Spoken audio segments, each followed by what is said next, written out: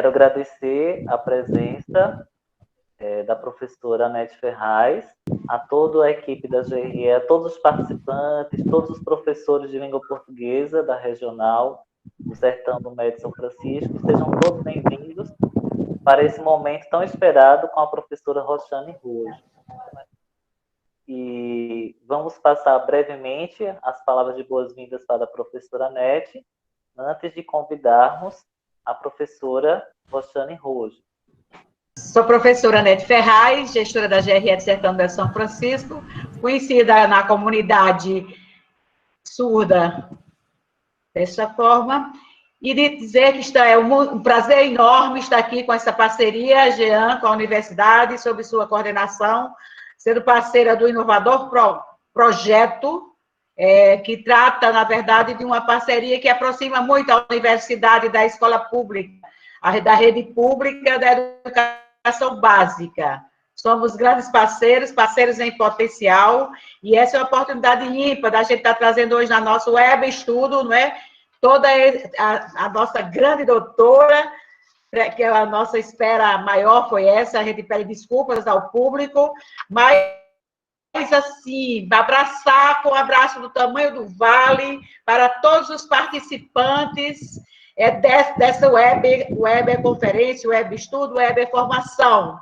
E dizer que vamos aproveitar ao máximo desse momento rico, essa parceria inovadora, e quero parabenizar, sim, a todos os participantes, chamando a atenção para os professores da rede pública, de um modo geral, e para todos que acessaram o YouTube, mas que vão ter acesso logo após, que a gente vai garantir a fala da doutora, que ela disse sua importância, e dizer que estamos aqui para ouvi-la e abraçar com todo o carinho a nossa rede inteira, de todas as GRS, que também estava querendo participar, e que podem estar participando desse momento, e dos professores, dos estudantes. Então, recebam aqui, neste espaço online, esse abraço especial, pedindo licença para entrar na casa de vocês, mas dizendo que estamos felizes. É assim mesmo. A gente, na rede, a gente pode enfrentar essas dificuldades. Estamos aqui garantindo a web estudo e garantindo a presença da nossa grande palestrante de hoje. Muito obrigado e sejam muito bem-vindos e bem-vindas ao Vale, ao Sertão. Obrigado, professora Anete. Complemento suas palavras, né?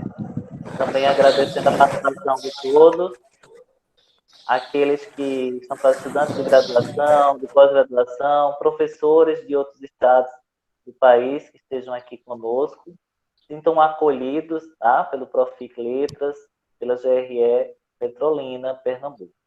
E quem vai fazer essa moderação comigo é a Ana Luísa, graduanda em Letras da UPE, tá? Ela vai voltar a falar no momento da moderação das perguntas com a professora Roxane Rojo, que já está conosco aqui. Quero mencionar, né, o agradecimento aos intérpretes que fazem presente, né, a Cíntia Dantas, Rodrigo Wesley, a Michel Santos, que está fazendo a interpretação agora. E é com muita honra, né, que nós convidamos a professora Roxane Rojo.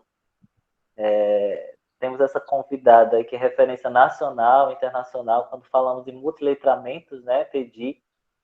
Então, coube a mim fazer uma breve apresentação da biografia, o que dispensa, mas eu acho importante relembrarmos, né, essa trajetória acadêmico-científica brilhante, né, da professora Roxane. Ela é livre-docente do Departamento de Linguística Aplicada, do Instituto de Estudos da Linguagem, IEL, da Universidade Estadual de Campinas, Unicamp, doutora e mestra em Linguística Aplicada no Ensino de Línguas pela Pontifícia Universidade Católica de São Paulo, é pós-doutora em Didática de Língua Materna na Universidade de Geneve, Suíça, sob a direção do professor Jean-Paul Boncard. Sua livre docência na Universidade Estadual de Campinas teve como título Práticas Didáticas, Vozes e Letramentos. O papel do livro e dos materiais didáticos. Ela é pesquisadora do CNPq e atua principalmente nos seguintes temas: multiletramentos, gêneros do discurso, ensino-aprendizagem de língua portuguesa e avaliação e elaboração de materiais didáticos. Autora de diversos livros, né? Letramentos, mídias, linguagem, vários pela Parábola, pela editora Parábola, hipermodernidade, multiletramentos e gêneros discursivos, Escola Conectada, os multiletramentos e as TICs, é autora e organizadora da obra Multiletramentos na Escola. Então, temos a honra de receber a professora Roxane Rojo, que vai nos presentear com o tema Protótipos de Ensino para os Multiletramentos. Então, eu, a professora Nete, Ana Luísa, né, em nome de todos os presentes, convidamos a professora Roxane para se apresentar, por gentileza. Eu agradeço a apresentação, Jean, tão gentil, né? E vou passar, então, a atender o pedido do Jean de tema, que é eu estou começando a apresentar a tela para poder apresentar o PowerPoint, né? Vocês estão vendo o PowerPoint, Jean? Sim, professor, estamos vendo. Obrigado. O tema que o Jean me pediu gentilmente é protótipos de ensino e gêneros digitais, como há um impacto, né, no ensino, nos novos e multiletramentos, né? Então, vou começar falando de gênero digital e de multiletramento, a começar por multiletramento, né? A ideia é que as formas de comunicação no mundo e de interação mudaram muito nesse século, né? Eu não diria, nas últimas décadas ou nas décadas iniciais desse século, colocando como desafio para a educação não apenas os que ele já tinha, ou seja, os letramentos da letra, do livro, do impresso, os letramentos convencionais, que ainda continuam grandes desafios para nós no Brasil, mas também os multiletramentos e os novos letramentos trazidos e proporcionados pela TDIC, né? Pelas tecnologias digitais da informação e da comunicação, com novos textos, procedimentos, mentalidades, né? As práticas letradas que fazem uso de diferentes mídias, imagem estática, imagem em movimento, áudio, voz, música, tudo junto, né? Consequentemente, de diversas linguagens, né? Incluindo aquelas que circulam nas mais variadas culturas presentes na sala de aula, são viabilizadas pelas TDICs, né? Então, o acesso não é só à cultura valorizada, à alta literatura, mas se amplia enormemente, né? E aí, como diz o Lemke, num texto que eu gosto muito, que está traduzido na revista de trabalho de linguística aplicada, inclusive vocês conseguem baixar na internet, que é um texto de 1998, foi publicado numa revista do trabalho de linguística aplicada em 2010, ele vai dizer, já lá em 98, quer dizer, no fim do século passado, que o que acontece com o digital é que as capacidades de autoria e de criação multimídia e de análise crítica ou leitura crítica multimídia vão corresponder de perto, sim, às capacidades tradicionais de produção de texto e de leitura crítica. Mas o que a gente tem que pensar é que, mesmo para a leitura da letra, do texto escrito, no passado, as tradições de educação para o letramento foram extremamente restritivas, né? E aí a gente precisa pensar o que os alunos vão precisar no futuro, além do que a escola está conseguindo lhes dar agora, até muitas vezes por falta de equipamento, de conexão, né? Ele dizia já em 98, ele fala, a gente não ensina os alunos nem mesmo a integrar desenhos e diagramas na sua escrita, que dirá arquivos de imagens fotográficas, videoclipes, efeitos sonoros, podcasts, música, animação, representações mais especializadas de áreas específicas, etc. E para essas produções multimídia não faz mesmo o menor sentido, se é que um dia fez, falar de integrar essas outras mídias na escrita. Elas são combinadas de maneira hipermediática, né? Quer dizer, linkada uma na outra. Né? E isso vai trazer para a gente não só novos aparatos tecnológicos, que é o problema maior das escolas, ter computadores e conexão, né? Mas também outro tipo de aparato tecnológico, que é acessar programas, ferramentas, apps, né? Quando se faz uso do celular, ferramentas de texto, ferramentas de cálculo, de áudio, vídeo, de imagem, de edição de imagem, né? De animação, de comunicação em rede, de conexão, que é o que a gente teve problema aí para poder acessar pela outra ferramenta do Skype, né? Enfim, tudo isso tem que estar garantido, que é o grande problema que as escolas têm, né? Por novos dispositivos e pela conexão, né? Sejam esses dispositivos computadores, celulares ou tablets, consoles de games, tocadores de MP3, MP4 para podcasts, enfim. E esse é um problema evidente na educação brasileira, né? Mas, mais que isso, do ponto de vista dos letramentos, essa tecnologia supõe uma apropriação de outros gêneros e mídias, linguagens e de outras práticas. Né? Saber selecionar, tratar essa informação, analisar a validade, fazer uma curadoria, sobretudo na esfera jornalística, né?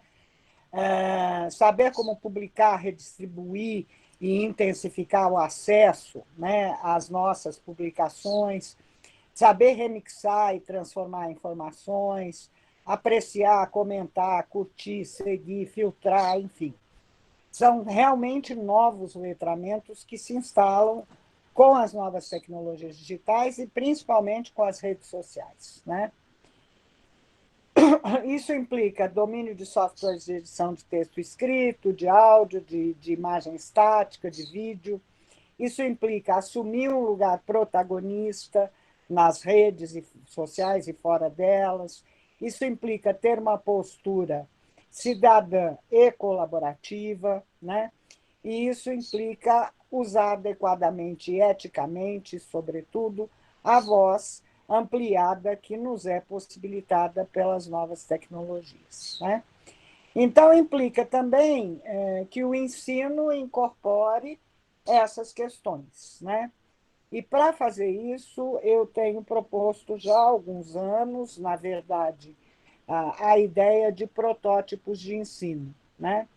Na verdade, foi uma demanda da Secretaria de Estado da Educação para o ensino fundamental 1, para ser usado nas escolas de ensino integral do Estado de São Paulo, que ficam o dia inteiro no contraturno, então, eles teriam aulas em laboratórios de tecnologia para navegação e para o texto digital. Né? Por que eu chamei de protótipo? Porque qualquer texto que seja um texto de navegação digital, ele só se realiza no momento em que eu clico no link e vejo as coisas. Então, eles não são alguma coisa que está pronta como livro didático. Eles são uma coisa navegável que só se atualiza no momento do seu uso, como um protótipo, né, de carro, por exemplo. Né? Na engenharia de software, protótipo é um sistema, um modelo, né? Sem as funcionalidades inteligentes, ou seja, sem os textos propriamente dito. É como se fosse o livro didático sem seus textos, que só vão ser acessados ao clicar no link na navegação. Portanto, precisa de uma escola conectada, coisa que é título de um livro meu já bem antigo, se não me engano, de 2013, né? Então, essa ideia de protótipo ela vai implicar que o professor possa também ele preencher esses links. Né? Se o que está indicado lá no protótipo não foi satisfatório para ele, isso acontece muitas vezes no uso desses protótipos, ele não gostou de uma coisa ou de outra, ele achou coisa melhor, é claro que ele vai também ajudar a preencher essa estrutura vazada do protótipo, né? E aí nós fizemos, então, a pedido da Secretaria de Estado da Educação, 20 protótipos, 4 para cada ano, para serem usados no contraturno das escolas de ensino integral. Por que eu estou fixando isso, serem usados no contraturno? Porque não é alguma coisa que dê para ser feita em 45 minutos de aula e nem mesmo em 90, né? É alguma coisa que exigem aulas mais alongadas para permitir navegação, escolha, produção digital, que não são coisas que se fazem em tempo restrito, tá? Então, protótipo também nesse sentido, de que ele precisa de uma navegação, de ser preenchido, de usar ferramentas digitais para produção, etc., né? E ele está ligado a essa ideia da colega da PUC, a Beth Almeida, que eu gosto muito, de que atualmente o que a gente devia estar pensando não é no currículo, como muitas redes estão fazendo, mas num web currículo, né? Um currículo que integre as TDICs, né, no ensino e que os gêneros e textos digitais passem a compor o currículo, né? E não tratar a tecnologia como algo tangencial ou um apêndice, né? Mas buscar integrar as competências de domínio das TDICs com o currículo, porque essa é a tecnologia de escrita que boa parte da população usa hoje, né? Então, eu acho que isso articula vários conceitos que a gente já vem trabalhando nas nossas publicações há algum tempo. O conceito de multiculturalismo, ou seja, que na internet, diferente do livro impresso, por exemplo, literário, não vai circular só a cultura valorizada, a cultura tida como erudita, né?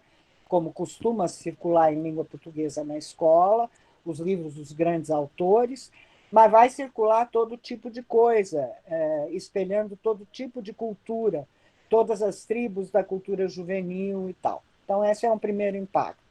Segundo, que todos os textos da internet tendem a ser multimodais, ou seja, produzidos em diversas linguagens, imagem, música, áudio, escrita, tudo junto e misturado na hipermídia, né? Terceiro, que supõe o domínio das tecnologias digitais e de suas ferramentas de recepção e de produção. E, sobretudo, saber navegar na hipermídia, né? Com as coisas linkadas umas nas outras. Tudo isso vai exigir o conceito tanto de multiletramento para lidar com várias linguagens, como de novos letramentos ou novos multiletramentos, que são novas práticas que a internet requer e que o impresso não requeria, né? Esfera de circulação, que é um conceito que vem desde os PCM, né? É um conceito do Bakhtin, que vai dizer que os textos se organizam pelas instituições nas quais circulam.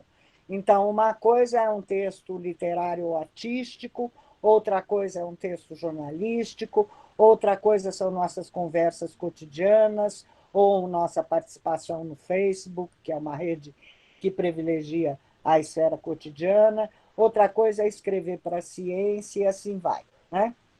Outro conceito também que não caduca para essa abordagem é o conceito da pedagogia dos multiletramentos, quer dizer, como é que os autores dizem, chamam de uma pedagogia por design. Produzir para a internet, de certa maneira, não é simplesmente redigir, né? Fazer um processo de design de textos multiletrados ou multimodais, multissemióticos, né? Esse grupo de Nova Londres vai dizer, então, que, nesse caso, é preciso que o aluno seja um usuário funcional, ou seja, tenha competência técnica, conhecimento prático para as diferentes ferramentas da internet de produção de vídeo, de áudio, de podcast, de texto, etc., mas para ser um criador de sentidos, né? aquele que entende como os diferentes tipos de texto, linguagens e tecnologias funcionam, né? Para o quê? Para ser um produtor de sentidos transformador, né?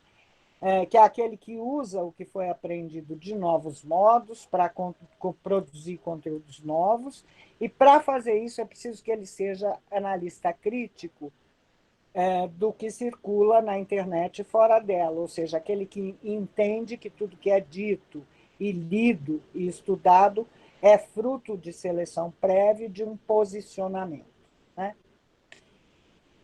E aí se trata de leitura escrita, fala, escuta, análise de imagem, tudo isso que eu já mencionei, ou seja, as diferentes práticas de linguagem que vão se dar nas diferentes esferas de atividade ou de comunicação, mesmo na internet, em gêneros específicos, como notícia, comentário, podcast, álbum noticioso, programa de rádio, playlist comentada, leitura dramática, fotonovela, vídeo, etc., que vão requerer atividades, procedimentos e práticas específicos a cada esfera, a cada gênero e a tecnologia que está em jogo, né? O que isso exige da escola, afinal, né? Primeiro, o que sempre se reclama que não há, né? Que é o equipamento digital, uma boa conexão, uma banda suficientemente larga para acolher todos os alunos e os professores, né? Porque às vezes você tem até o computador em sala, ou seu laptop, mas a conexão da escola é muito pequena, muito baixa, pensada só para a secretaria, né? E aí eu não consigo navegar. Computador sem navegação não faz sentido, né? Materiais digitais de apoio ao ensino, que é coisa que a gente também ainda não tem. Tem alguns repositórios de objetos digitais, mas esses objetos são desconectados uns dos outros, e daí é que entra a ideia de protótipo, né? Quase sempre, quando eu trabalho com o digital, eu vou precisar de um currículo que se organize por projetos interdisciplinares, porque quando eu estou na internet, as coisas não vão estar divididas por disciplina, então a tendência é requerer uma pedagogia de projeto por um lado e por outro lado uma perspectiva interdisciplinar, né? E, é claro, os letramentos da letra, que não somem, mas os novos e multiletramentos também, né? Daí a proposta desses protótipos de ensino para os multiletramentos, né? O que são os protótipos? São, então, materiais digitais navegáveis, na verdade, no formato PDF, porque é um formato universal, eles poderiam ser feitos em qualquer formato, mas PDF é o mais universal, né? Mas PDFs navegáveis, ou seja, com links ativos que, se lidos no computador, podem levar para um vídeo, um áudio, uma animação, etc., né? De apoio ao ensino do professor, que combinam os letramentos da letra e os novos multiletramentos, em geral em projetos interdisciplinares, né? Estudo de meio, ligado à área de estudos sociais, de ciências sociais, projetos literários também, enfim, vários projetos. Características, então, é que eles sejam armazenados em nuvens, né? Ou seja, podem estar no pendrive ou no computador do professor, mas a garantia é que eles estejam nas nuvens, caso algo dê errado. Ou seja, o mais importante na escola seria a conexão, né? Além de ser nas nuvens e ter uma acessibilidade democrática para todos, precisaria ter também ferramentas colaborativas públicas e gratuitas, o que é mais difícil. Algumas são, por exemplo, o Skype, até certo ponto, é gratuito, né? Outra, o Prezi, até certo ponto, é gratuito, o Google, até certo ponto, é gratuito, mas quando começa um uso muito intensivo, acaba sendo cobrado, né? Então, ou a escola viabilizar as ferramentas pagas, ou fazer uso de ferramentas colaborativas públicas e gratuitas, né? e um banco de dados ou de dados de materiais, né, que possam facilitar a preparação do professor e permitir uma flexibilidade, uma adaptabilidade. Então, um protótipo é um esqueleto composto por princípios, princípios de ensino, de aprendizagem, os objetivos daquele protótipo em particular, as características dos objetos, gêneros, modos, mídias que vão ser analisados naquele protótipo, robustos o suficiente para ajudar o professor a garantir um ensino no tempo de aula que ele tem, que em geral é restrito, né? Isso é uma das coisas que teria que ser revista, porque na navegação eu preciso de muito mais tempo do que isso.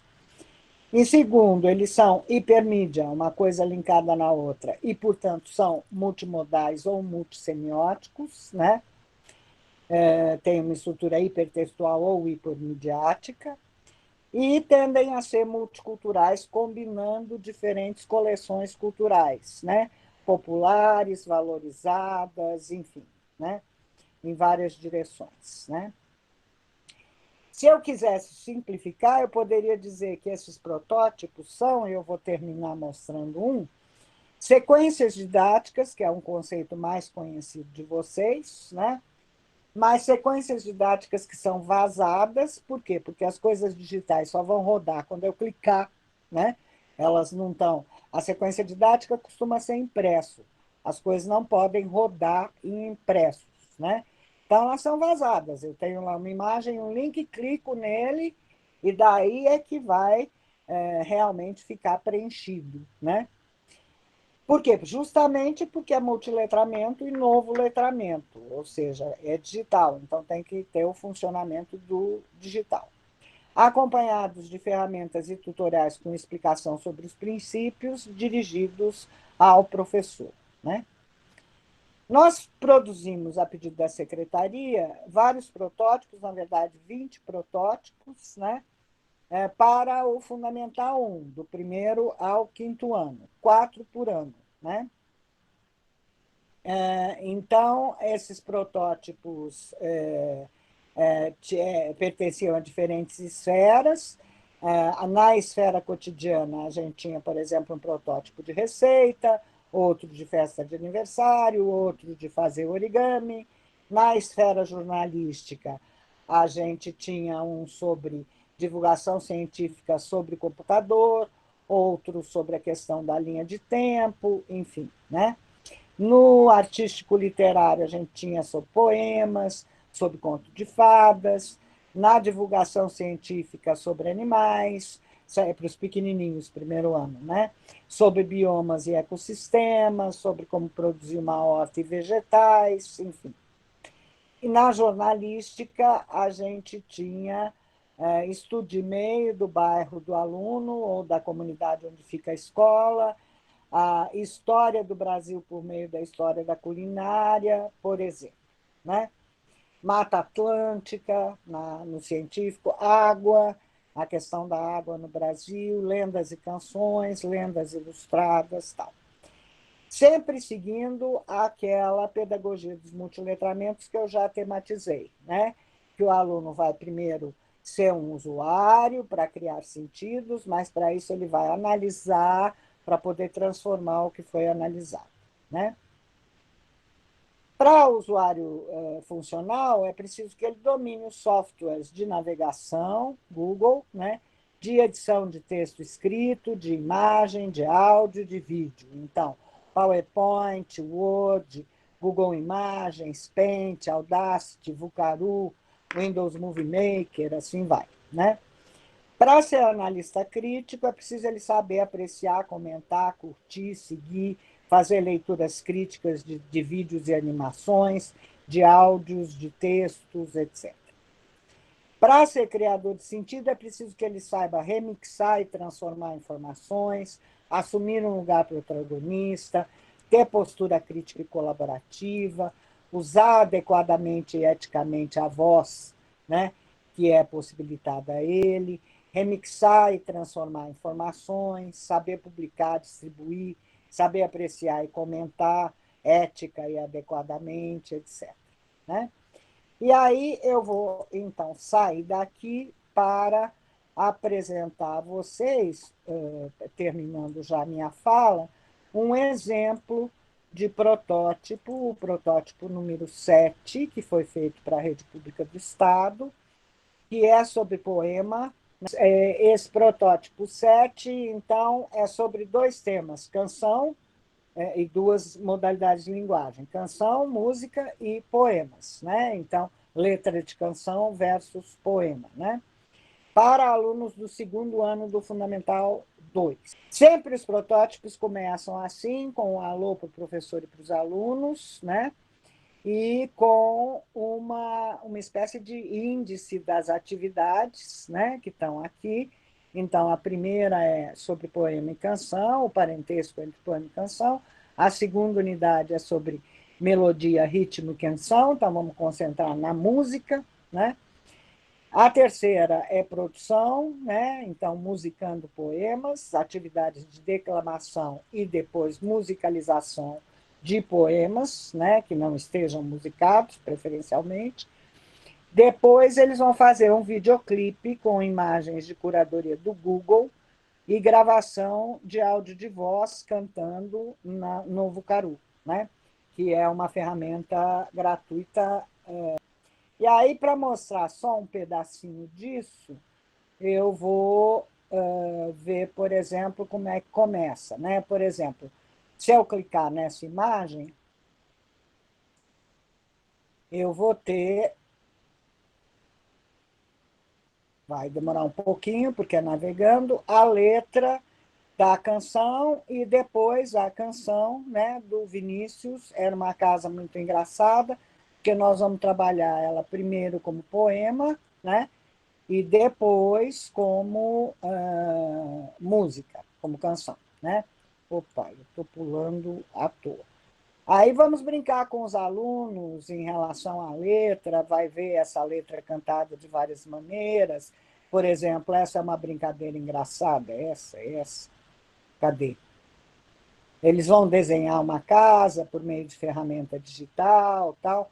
Depois, no caso do pato, vai ter uma brincadeira engraçada e, ao mesmo tempo, eu vou estar trabalhando a alfabetização, por exemplo, né? Porque eu sei que nós estamos no segundo ano e que está na hora também de alfabetizar. Quer dizer, o letramento da letra não está deixado de lado, né?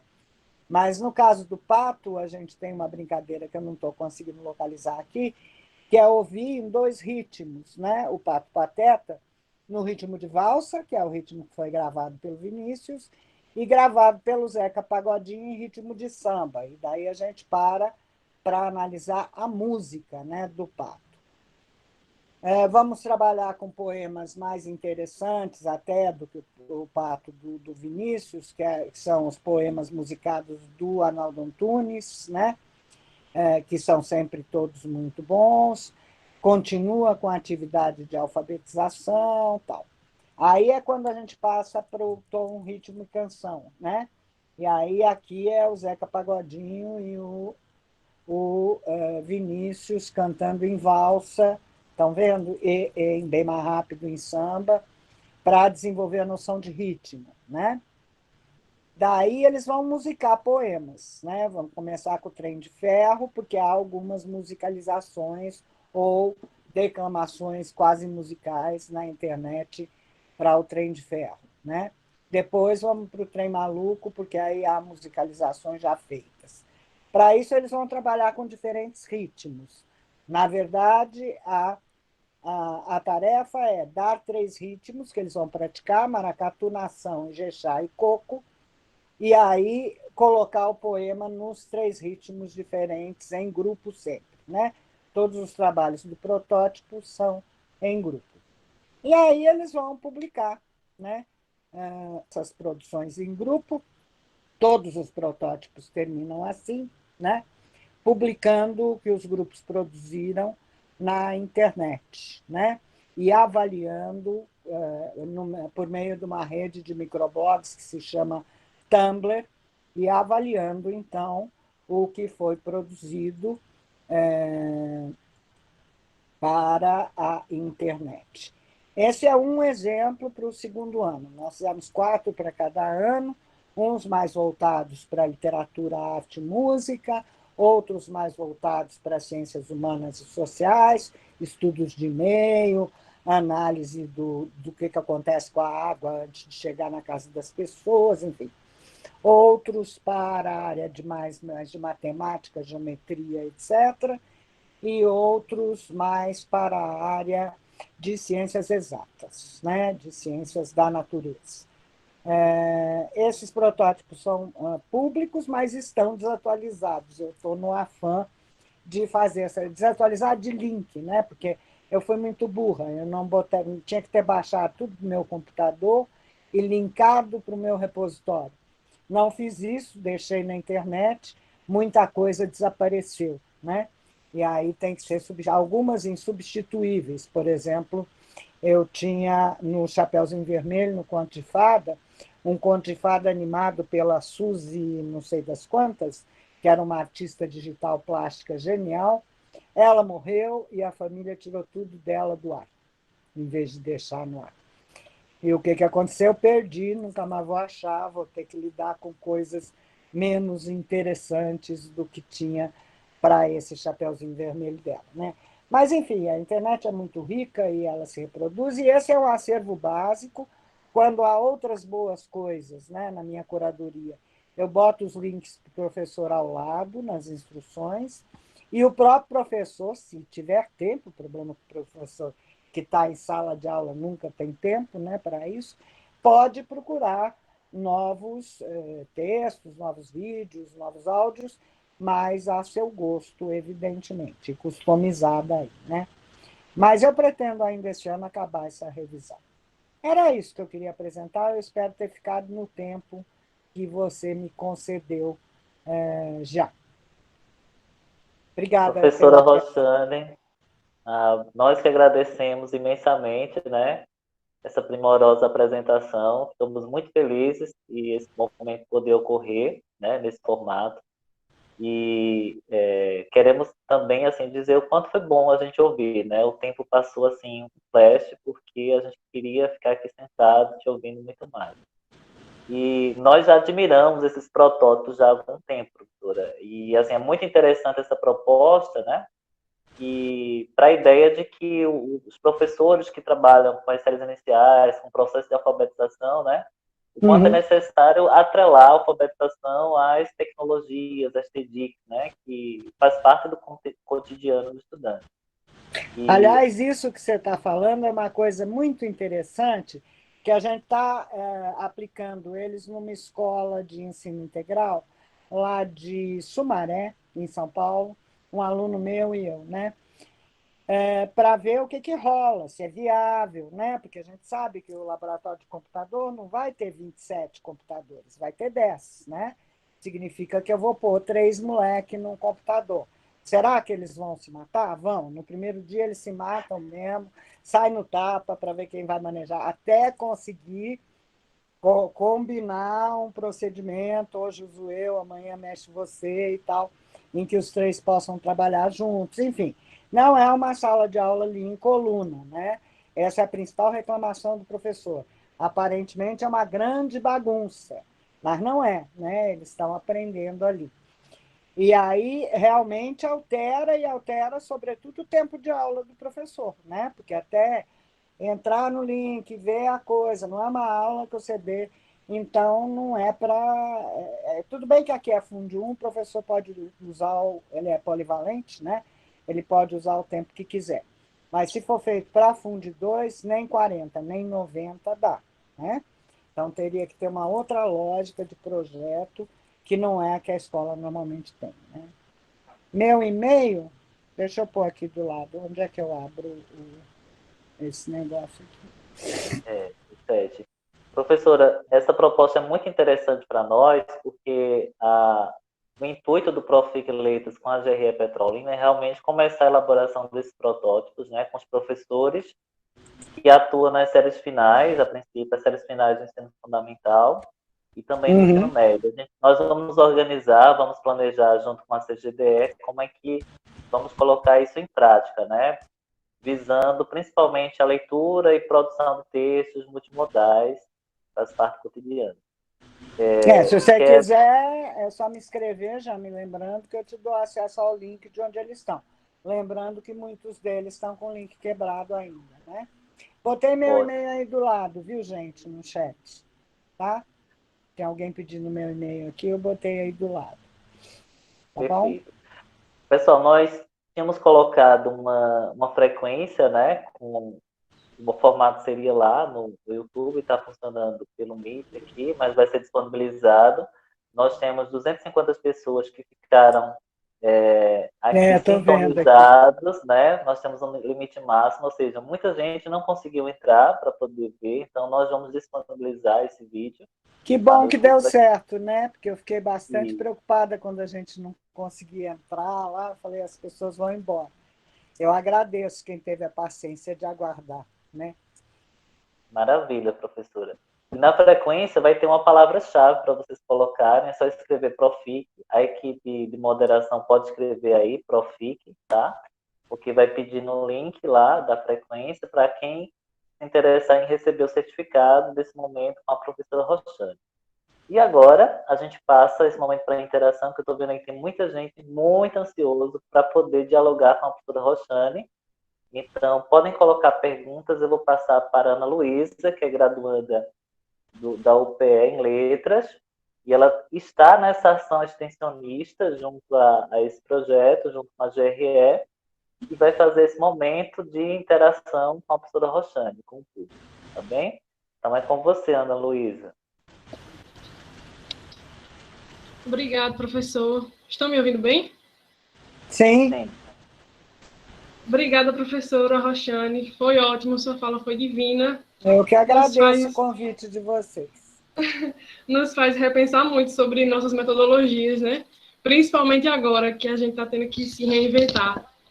Mas aqui, muitos comentários, muita gente de muitos lugares aqui, Pernambuco, de Minas Gerais, Bahia, São Paulo. E eu estou aqui com algumas perguntas, vou fazer agora, de duas em duas, e alguns comentários também, ok? Tá bom. Cabrobó, adoro o nome dessa cidade, Cabrobó. Tão bonitinho esse nome.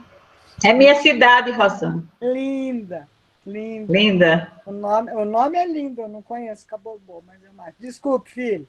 Nada. Eu sou meio distraída. Fica à vontade.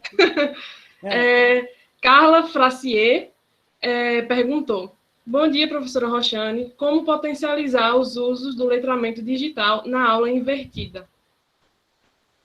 A aula invertida é essa que vocês estão fazendo agora na pandemia, né? Essa coisa por meio do digital. É isso que porque eu não sei direito esse sistema que eles inventam. É sala de aula invertida, não sei o quê. Eu não acho que está nada invertido, né? O que eu acho é que a aula do século passado, retrasado, desde 1500, etc., que era do professor, uma aula expositiva, o professor comandando e levando o aluno pelo nariz, só que essa aula já não é verdade. Por exemplo, nós temos uma escola que há pelo menos 30 ou 40 anos aqui em São Paulo, pública, da prefeitura, né, que é o Amorim Lima, lá depois do Rio Pinheiros, lá embaixo, que sempre trabalhou de maneira interativa com seus alunos por meio de pedagogia de projeto, né? Essa diretora era muito louca, sem tecnologia, sem nada. O que ela fez? Ela demoliu todas as fileiras de sala de aula que ela tinha e fez 2 grandes salões, né? Destruiu a biblioteca, botou todos os livros dentro desses 2 salões e pegou os únicos 2 computadores que ela tinha na escola e botou dentro desses 2 salões. E misturou todos os alunos de todos os anos, 7, né? Mas isso há 30 anos atrás, né? Para trabalhar com pedagogia de projeto, e todos os professores de todas as disciplinas que estivessem lá no horário para orientar os projetos. Quer dizer, ela já fazia mais ou menos o que o digital faz, que é poder trabalhar colaborativo e na ordem, né? E do jeito que um projeto exige, há muitos anos atrás, sem a tecnologia. Agora, o que acontece é isso, né? A sala de aula fica invertida, como diz a professora, no sentido de que as coisas serão feitas no ritmo e na demanda que o projeto tiver. Se ele for interessante, o aluno vai até o fim. Se ele não for interessante, o aluno vai saltar de banda, seja presencialmente ou à distância, né? Eu vi isso acontecer, só fazer um parênteses, para não... Lá na chácara, a última vez que eu tive, que eu estava... Foi no começo da pandemia, eu estava com saudade dos meus netos, achei bom ver logo, né? Então fomos todos para a chácara, que é espaço aberto, para poder conviver um pouquinho com os netos. E vi a minha neta mexendo no tablet e o meu neto, mais velho, lendo Mia Couto, Amando da Escola. O livro do Mia Couto não era adequado, ele está no 7º ano, não era um livro de leitura fácil a um aluno do 7º ano, embora ele seja excelente leitor. Mas ele estava muito de saco cheio com aquela tarefa que era ler o Mia Couto, né? E a minha neta no tablet, muito alegrinha com uma tarefa digital que a escola tinha passado. Note-se que a escola dele é uma das mais caras de São Paulo, porque diz que é uma escola nova, inovadora, e a dela é uma escola mais ou menos tradicional, mas que deu uma tarefa no tablet bem legal. Ela fez em 3 palitos e aí começou a estudar alemão sozinha no tablet, já que tinha acabado a tarefa dela. Então, quer dizer, não tem esse levar pelo nariz que a pedagogia tradicional tem, com tempos certos, né? E isso eu acho que é o principal estranhamento que talvez o professor tenha. Eu estou vendo agora, na pandemia, muita gente gravando videoaula, né? Sobretudo no Fundo 1, né? Isso é muito comum. E aí, videoaula, assim, ela se filma na lousa, passando a mesma alfabetização que ela passava. Boring, a pessoa desliga o computador e vai embora. Ninguém aguenta, né? Então, teria que estar fazendo outras coisas mais colaborativas, em tempos outros, né? A aula pode ser só uma instrução, breve menino vai fazer, e aí volta para comentar as dificuldades, não precisa ser os 45 minutos, né? Enfim, acho que tem muita modificação, né, no procedimento escolar. Não é só a conexão, não. É mais coisa. Não sei se eu respondi a professora, mas espero que sim. Falei de um monte. Né? Vou fazer aqui mais 2 perguntinhas, certo? Diego Satiro, se não me engano. A professora concorda com a ideia de que os protótipos didáticos contribuem para um processo de construção de sentidos menos linear ou recursivo, à medida que os alunos podem percorrer diferentes caminhos a partir das mesmas coleções disponibilizadas? Com certeza, com certeza. A ideia é essa mesmo, né? E isso é que mexe bastante com o professor que está acostumado com o ensino mais tradicional, né? Porque os percursos não serão tão previsíveis. O que eles vão encontrar, né? Eu me lembro uma sala de aula que, apesar dos protótipos trazerem instruções para o professor colocar o computador de maneira segura para uso de crianças pequenas, a professora ignorou um pouco essas instruções e botou a internet lá para eles navegarem tal e qual, né? E aí uma das instruções era: procure Branca de Neve. Jogou Branca de Neve lá, veio o site de putaria, desculpe falar palavrão na live. E aí falou: oh, Deus nos acuda, né? Mas tinha instrução lá para ela preparar o computador para usar de maneira segura, para filtrar esses sites, né? Então, quer dizer, não é, evidentemente, tranquilo, não é uma prática que a gente esteja acostumado, né? Agora, essa sala de aula invertida que está acontecendo agora na pandemia, ela não é bem uma sala de aula invertida, né? Ela é uma videoaula com tarefas que vão ser retomadas no repositório, Moodle e tal. Então... Ok, professora. Eu gostaria de falar aqui, porque tem muita gente fazendo pergunta agora, só que não vai dar tempo pegar todas as perguntas ou todos os comentários, certo? Então, a gente coletou, né, as perguntas que estavam ocorrendo no meio da fala da professora, Então, eu vou fazer aqui mais 2 perguntinhas, professora, de vez, aí a senhora responde tudo junto, tudo certo? Tá. Vamos lá. Cris Van Opstal perguntou: poderíamos dizer que os protótipos de ensino potencializam a personalização da aprendizagem?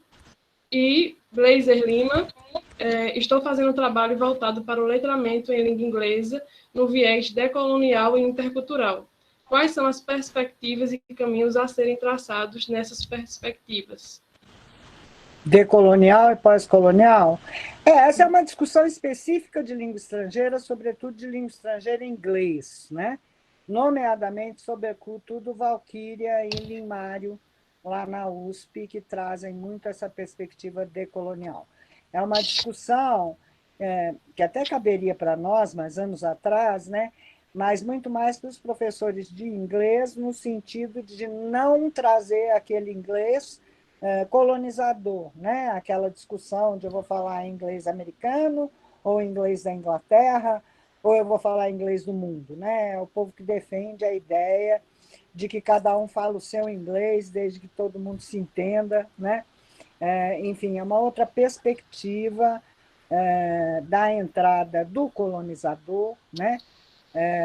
Na sala de aula, em geral, uma discussão feita nas línguas estrangeiras, porque se fosse fazer para o português, né, era sinal que o português do Brasil ainda não existia. Por que a gente fala um português tão diferente do de Portugal? Justamente porque a gente decolonizou o colonizador, né? Misturando língua africana com línguas indígenas, né? No nosso português e mudando completamente a maneira de falar. Então, eu não sei se para a área de língua materna, que é o meu caso, essa discussão decolonial é pertinente, né? Para a área de língua estrangeira, com certeza. Né? Ok, professora, acho que é só isso.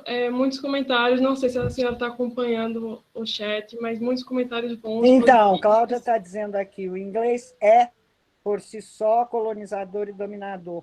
Eu acho, Cláudia, que depende de como ele é ensinado, porque ele é também, como dizem as outras perspectivas, língua do mundo. Se eu quiser me comunicar na internet com qualquer cultura, mesmo que não seja uma cultura anglófona, né?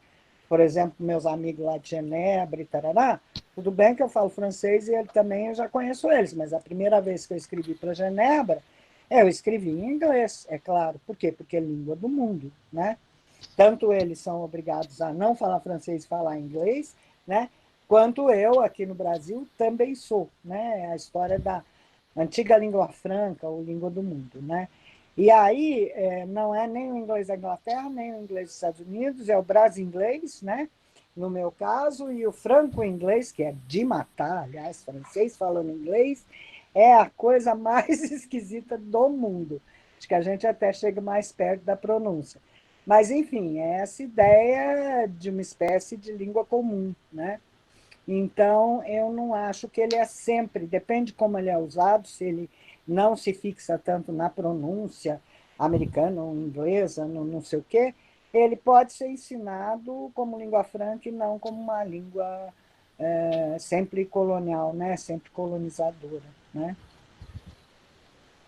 Isso, é isso mesmo, Blazer. Aprender a cultura do outro, né? Sem perder a valorização da nossa. Né? Professora Roxane, tem uma pergunta aqui que eu acho muito interessante do Diego. Ele diz o seguinte, né? As narrativas transmídia, conforme Jenks, né, pensou, são compostas por filmes, videogames, fanfic. A meu ver, requer a navegação para a construção de sentidos. A professora entende que esse tipo de narrativa estética dialoga com a sua proposta de protótipos didáticos. Eu achei muito interessante essa questão. Muito interessante mesmo. Sugiro como chama o colega? Como é que chama o professor? É Diego Satiro. Diego. Então, essa coisa de transmediação, de repente as coisas na internet migrarem para diferentes mídias, né, é um processo digital muito comum. E que seria ótimo, por exemplo, exercícios desse tipo. Né? Como é que eu pego, por exemplo, nas últimas versões do Lara Croft, que é uma coisa super bem feita em termos de animação, né? Super de qualidade, né? e posso criar,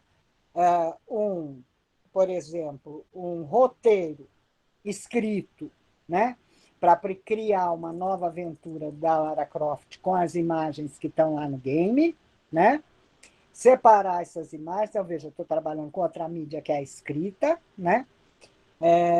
Para fazer o roteiro, e daí pedir para eles criarem um novo episódio do Lara Croft com as imagens disponíveis em Lara Croft, né? Então, vou estar saindo do game para criar um vídeo remix, né?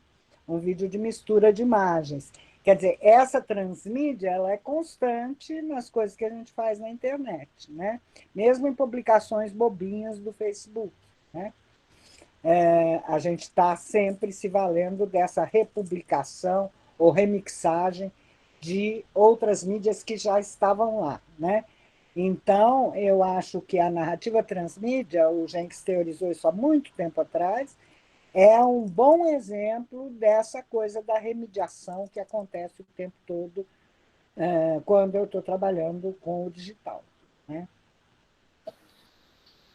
Professora, licença, Jean, só um minuto. É porque parte da equipe aqui do Profic selecionou uma pergunta, estão me pedindo para fazer, acharam muito interessante. É curta, espero não tomar muito seu tempo. Não, tudo bem, estou de boa aqui. Ainda está no meu tempo, tá bom. Geilvanete Alves Barreto Rodrigues perguntou: quais as sugestões para trabalhar com os protótipos em escolas rurais com estudantes que têm pouco acesso aos meios digitais? Escola rural é muito complicado, porque ainda que você queira, os protótipos são digitais, né? Se eles forem trabalhados. Não é impossível trabalhá-los como impresso, né? Mas não vai ser a mesma coisa, porque muita coisa que está lá, os meninos não vão poder ver, né? Vocês viram, por exemplo, aquele protótipo que eu mostrei, mistura música. Se eu não tenho como tocar música, não vai dar para usar aquele protótipo, né? Outros, talvez, de estudo de e-mail, né? Que depende só de ter celular, se é que os alunos de escola rural têm celular, tal. Então, eu acho que isso chama a atenção para um aspecto importante dessa proposta, professora, porque eu não sei se ela é uma proposta pensada para realidades urbanas, né? Não para realidades rurais.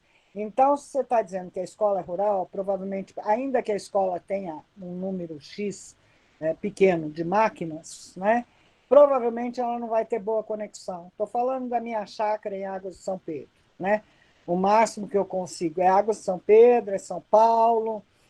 Na cidade, a Águas de São Pedro é justamente a cidade dita mais conectada do Brasil, porque ela é desse tamaninho, e é um anexo da cidade de São Pedro, que é uma estação de águas, né?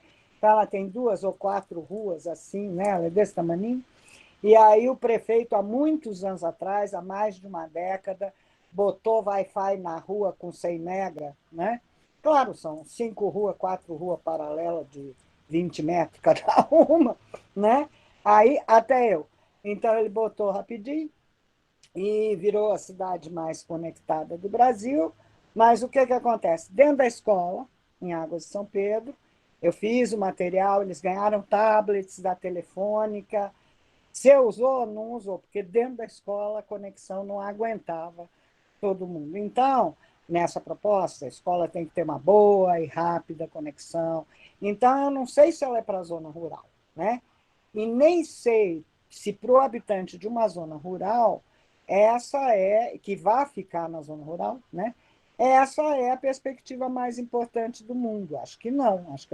Então, eu acho que é uma proposta para centros urbanos e grandes centros urbanos. É uma proposta que traz a tecnologia do escrito junto com a tecnologia digital.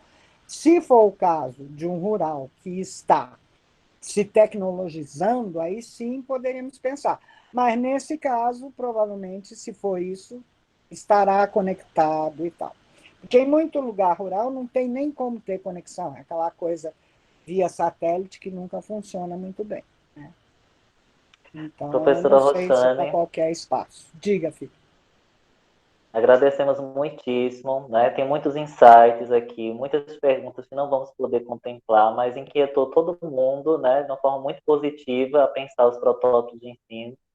Então, nós queremos registrar aqui a presença dos professores do curso de Letras da UPE, não vou citar os nomes pelo tempo, para não esquecer ninguém, os alunos do PPGF-PPI, programa de gestão da UPE, a equipe GRE Petrolina, são todos aqui, muita gente participando, os professores da rede estadual de Pernambuco e da nossa gerência aqui, do Sertão Médio São Francisco, Petrolina, e professores de pós-graduação, professores de educação básica, professores de educação da graduação, estudantes de todo o país que estão aqui também. Não vou citar os estados para não esquecer nenhum. Professora, gostaria então que você nos dissesse suas palavras finais e que pudesse motivar, né, os professores a utilizar esses protótipos, a colocar em prática, de que é possível, como a gente pode ter essa energia para colocar em prática essa.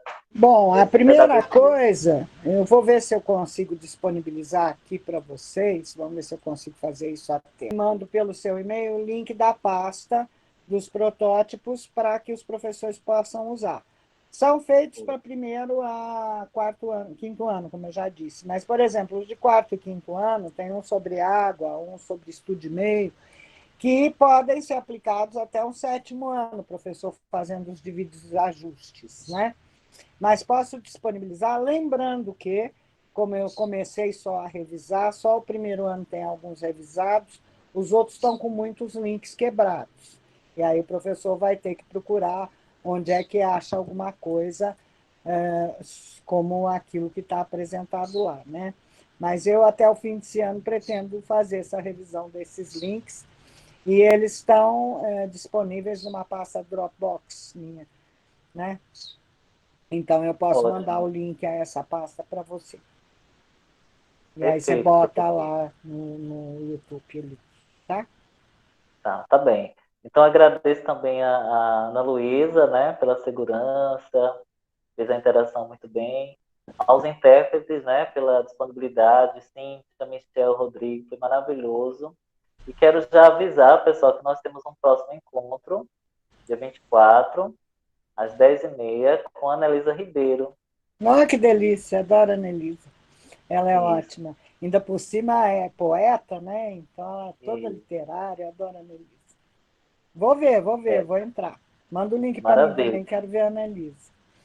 Tá, joia. Os textos multimodais no ensino de língua portuguesa vai ser o tema dela. Uhum. E agora, assim, para a gente finalizar, nosso agradecimento, eu chamo a professora Nete só para a despedida da professora Roxana, em nome da GRE, em nome do Profic, do curso de Letras da UPE. Estamos muitíssimos agradecidos por esse momento maravilhoso, professor.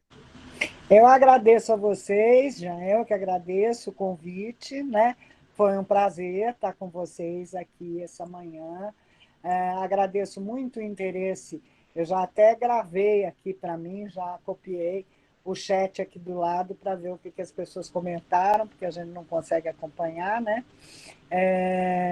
E eu pus o meu e-mail aí no chat também, aí em alguma hora que alguém pediu. Vocês podem estar à vontade para me escrever. Agradeço muito a atenção de vocês. Vocês são gente muito fina. Todo mundo me trata sempre muito bem. Eu gosto muito e agradeço sempre. Tá bom?